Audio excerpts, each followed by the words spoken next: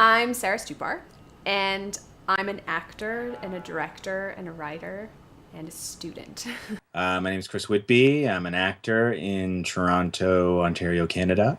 Hi, my name is Kenny Wong, and I am an actor slash music teacher. Hi, my name is Alex Gravenstein, and I do lots of stuff with acting and things like that, and editing and whatnot. Yeah, my film is about two people that know each other and they see each other on the SkyTrain, but they don't acknowledge each other. It's inspired by real life. I don't want to go into it too deeply because it's someone that I know that we used to be really good friends and we're not. And it was a moment where I saw that person on the street and yeah, she pretended she didn't see me.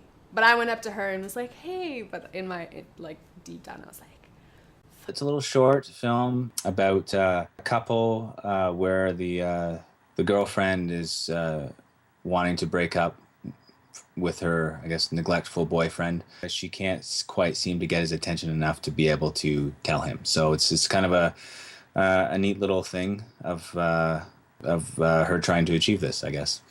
We got together basically just in one day and shot the whole thing in one day. Of course, the fact that we didn't have any light and any sound made it easier, and it was actually really cool to see that it gives you so much freedom to do whatever you want when you make a movie with the least technical kind of conditions possible.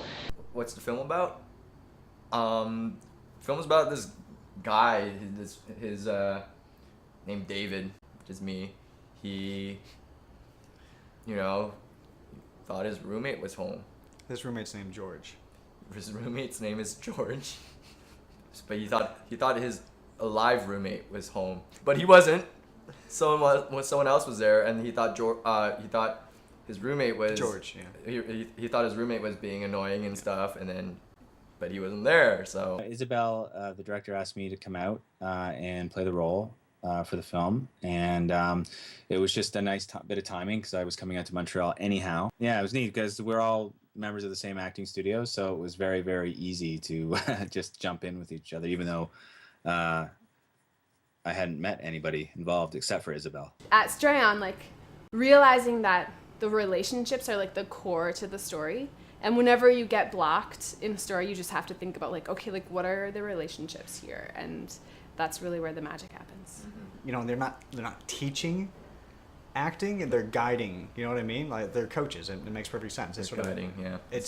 And that's what I loved about it. And they're not afraid to say anything directly, just to make sure that you, as the actor, as the character, can get to where you need to be to properly relate with the other person and tell the story as it is. I don't really think I knew fully what it was to be an actor, and I think I had an idea of it, and I had a feeling of it, but I really couldn't put my finger on what it was.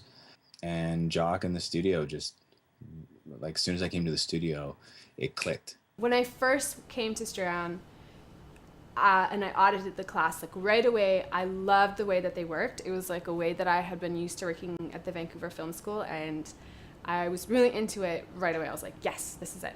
This is what I want. So I kind of have been there ever since. Whenever I'm in town, that's the class I like to be in. What's coming up for us? I'm shooting a web series right now with a whack of people from the Straeon acting studios as well. Erin